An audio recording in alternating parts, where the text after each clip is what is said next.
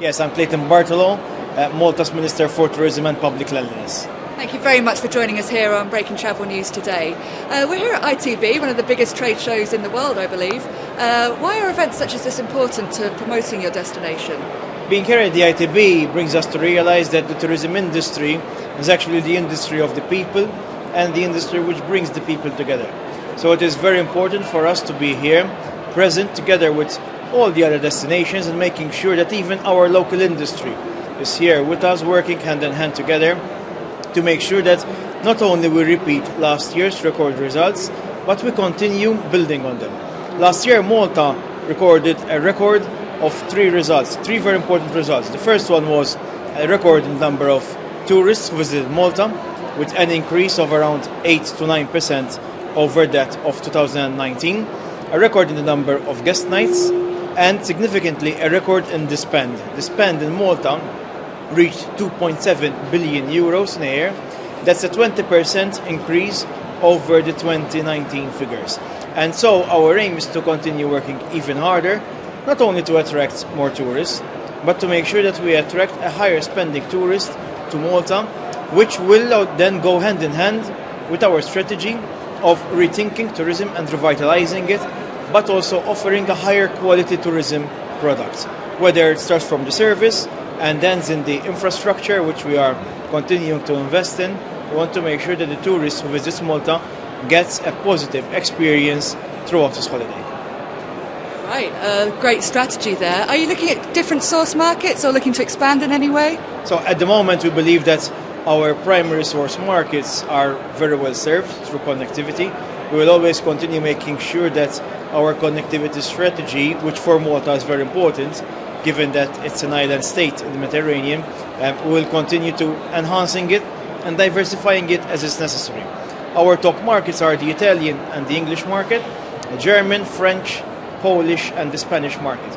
And so our next step is that of targeting the long-haul markets.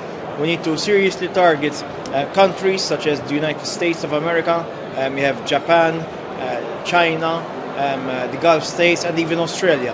And we have already started marketing in all these countries with the aim of ramping up demand in order to enhance connectivity in the coming years. Whether it is direct connectivity or whether it will be facilitated connectivity by one or at the most two stops, we'll continue working hard, because for us connectivity is one of the most important factors. I mean, it helped us to recover quickly after the COVID-19 pandemic. We believe that connectivity is a lifeblood of our industry, so we'll continue working hard to ensure better connectivity and also to move towards the long-haul markets in our 10-year strategy. Perfect. The industry of the people, by the way, I really love that. What do you think is your USP as you're marketing to these new destinations? Well, Malta is an all-year-round destination, and whether one wants to come for a sports event or a training camp, sports tourism, in fact last year was another record in Malta, whether one wants to come for religious tourism, whether it's in winter or in summer. In summer one can attend one of the many feasts which you would have week in, week out, or else in winter then you can visit the cathedrals and the churches, all of which would be open to the public. Whether one wants to come to Malta for diving, so diving as well is very important for us. And then you would also have a number of other aspects such as the sun and sea and the culture, with the Biennale starting in a couple of weeks' time and running until the end of May. So there again you can see that Malta can offer a myriad of events which attract tourists to Malta, and our aim is to continue investing in these niches and coming up with new niches. For example, at the moment we are investing in military tourism. Malta used to serve as a military base, and so we have a large number of infrastructure bases which are still there. Now our aim is to start using those as tourist attractions. We have just launched the British Military Walk, where one can go from one spot to the other and enjoy these various places. And we will continue investing in these small niches, which we believe in the long term will really and truly make tourism sustainable in Malta. And talking about sustainability, is that something that's important to you as a destination? Yes, being an island state in the Mediterranean, sustainability takes an added importance because we believe that first of all in order to be sustainable, you need to balance out all three pillars of sustainability.